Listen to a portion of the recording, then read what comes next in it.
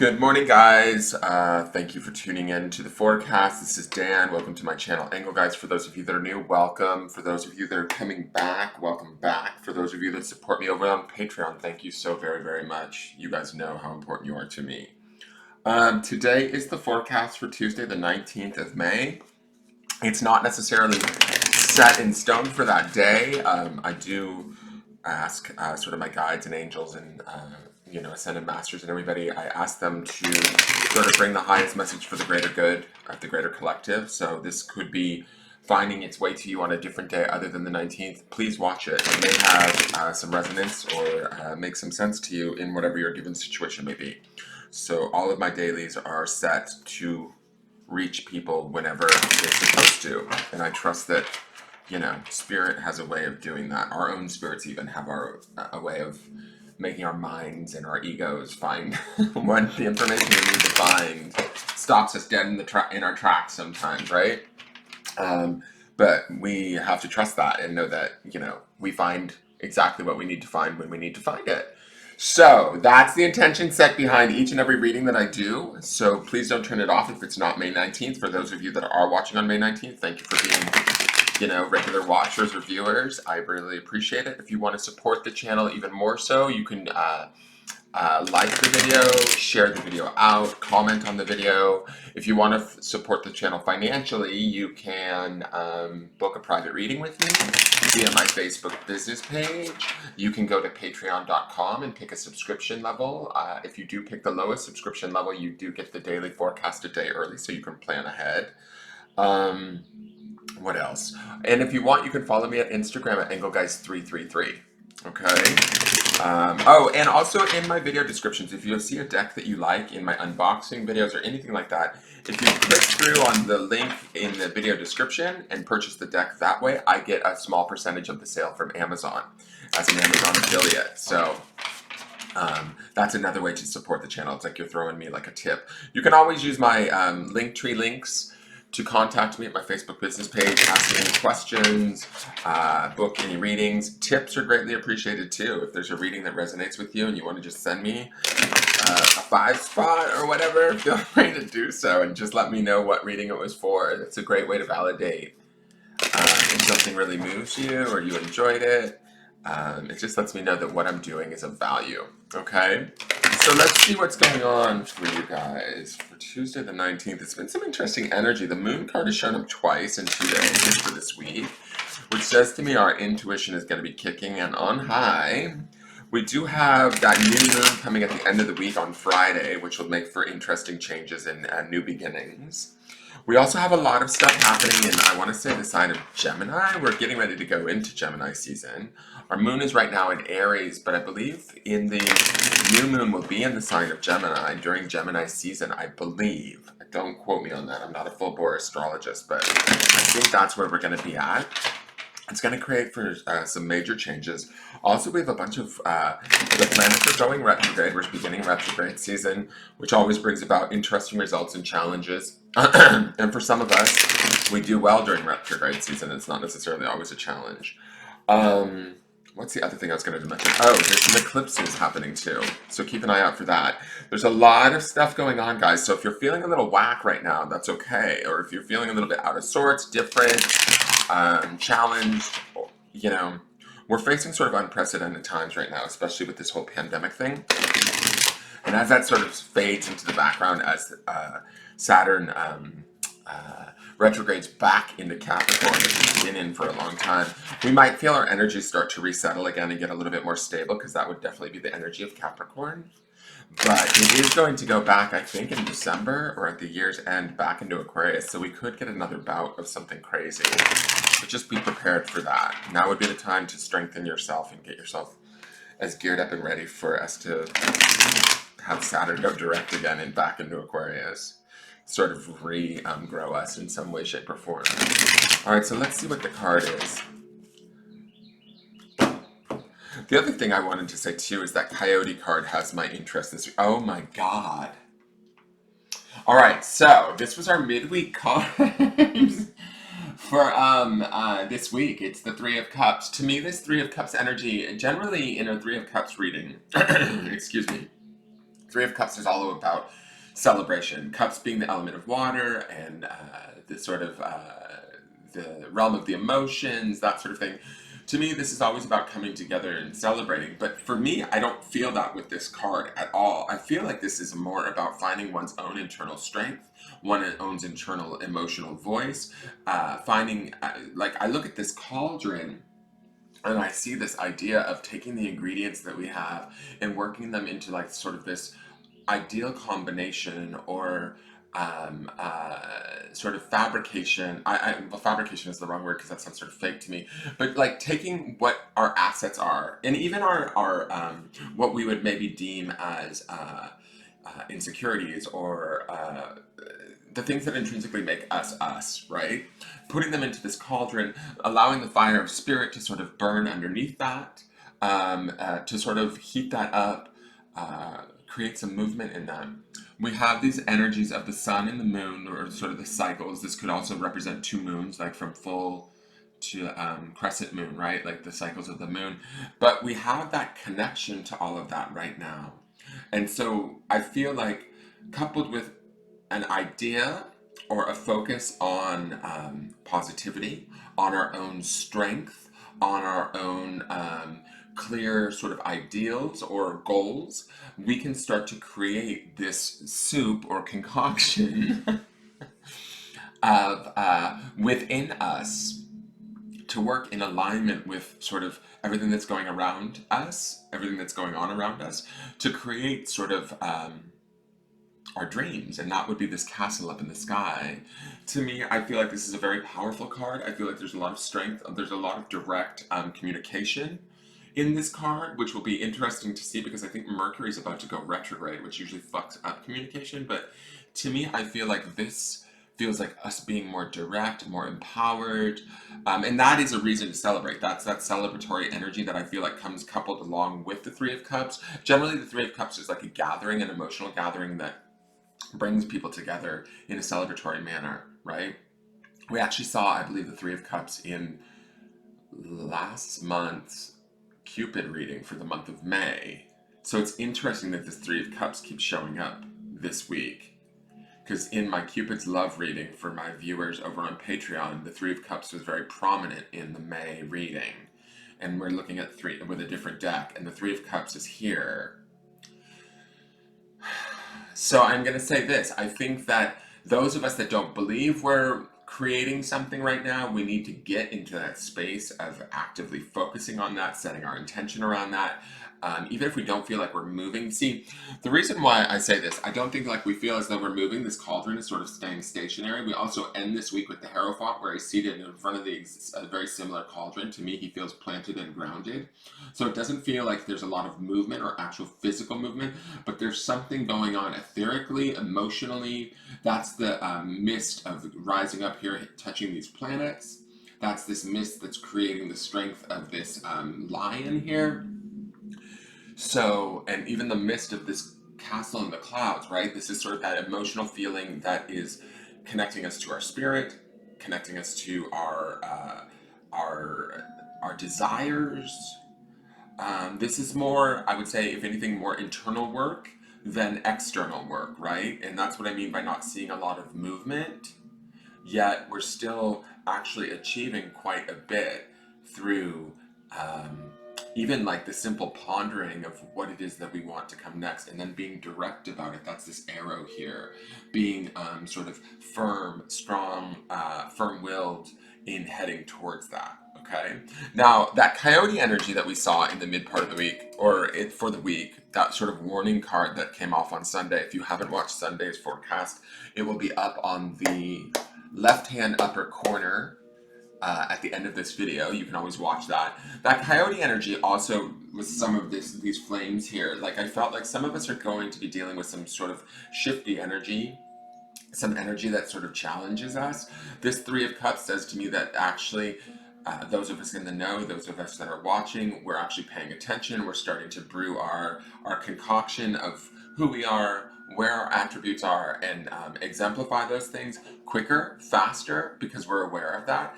So I feel like this energy is coming in sooner. This card is showing up sooner on on a Tuesday rather than waiting until Wednesday or later to show up. Does that make sense? So it feels to me like today is a day to sort of celebrate ourselves, celebrate the idea that we have a hand in the creation that we're dealing with, and if we don't believe that, then we're fooling ourselves, and that might be the coyote energy that we're dealing with this week. But we need to start taking responsibility for what it is we create, how it is we create it, giving ourselves credit where we're due, that credit. That's this Three of Cups too. That's the strength that I feel in this lion. Remember that the grounding stone for the week is happiness, right? So what is making us happy? What are our goals? Even if they feel lofty, even if they feel unobtainable, like this castle in the sky, if they feel like completely out of left field, like, oh my God, there's no way I can get there. This card to me feels like celebrating the opportunity or the idea, the possibility, even just entertaining it, that we might be able to get there. Let's see what the Mr. Shaman has to say. Interesting. Okay, we've got the Serpent. This is card number 46, which boils down to a 10, which is a 1, which was the same number that we had yesterday, I believe, in yesterday's forecast. And this 1 focal point, to me, the number 1 is always about ourselves, or brings the attention back on to ourselves.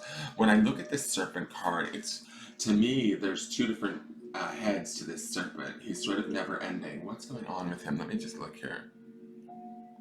Does he have some sort of birded animal in there? Okay. Now, the thing that I noticed, there's some wings going on in here. I'm not sure if he actually has hold of a bird of some sort, but I noticed the sun behind him, which speaks to the idea of being energized or having the opportunity to stay energized. That's also the sort of the burning fire underneath this this kettle or this cauldron.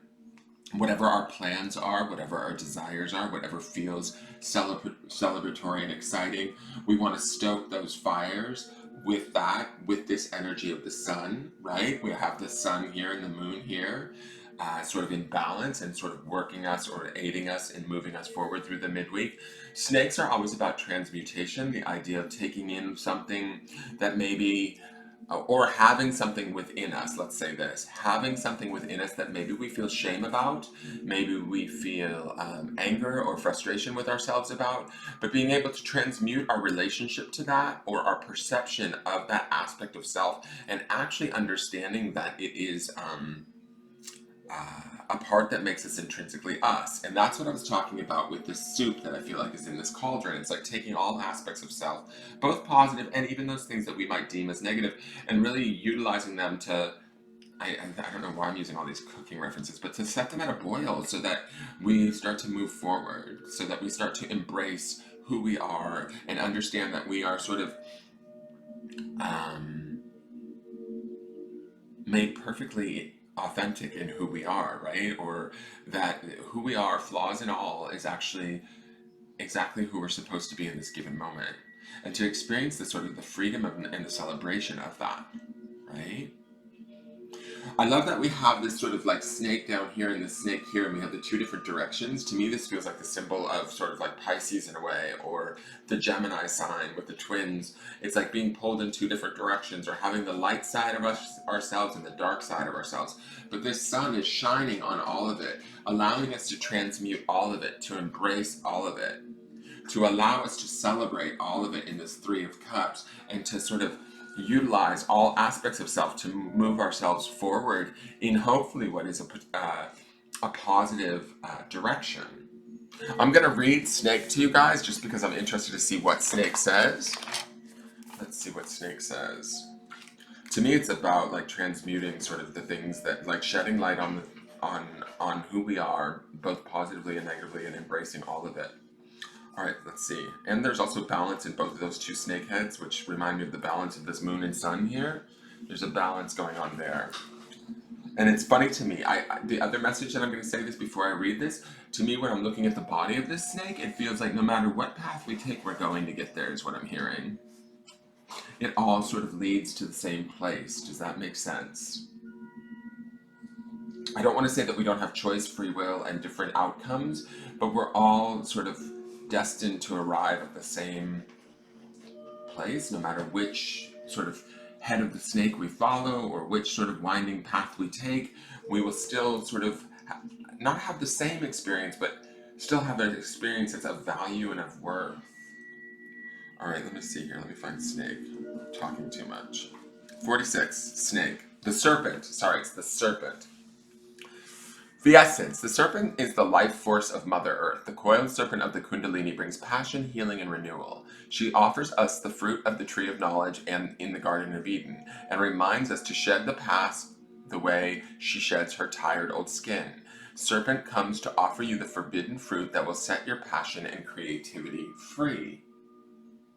That's that fire underneath that cauldron, guys. The invitation. The serpent power of the Kundalini is stirring within your chakras, gently asking you to embrace its mystery. Shed the old skin that you have been so attached to, and welcome the vulnerable pink underbelly that will bring you a fresh experience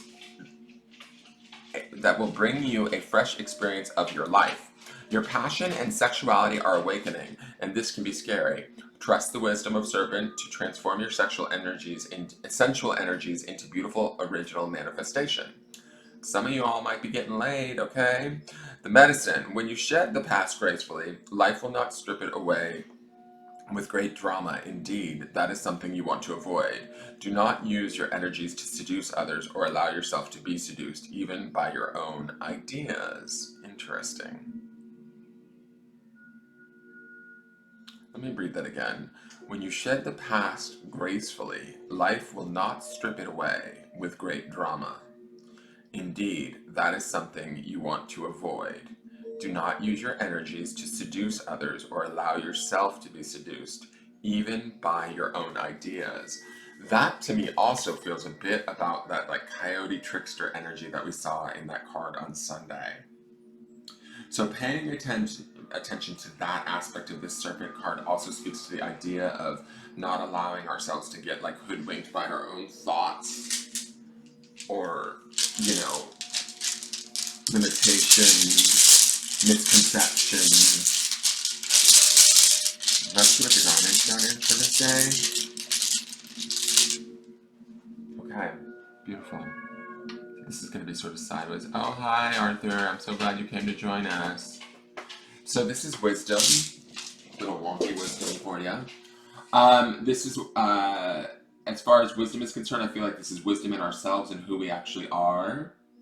That's what we see brewing in the Three of Cups card.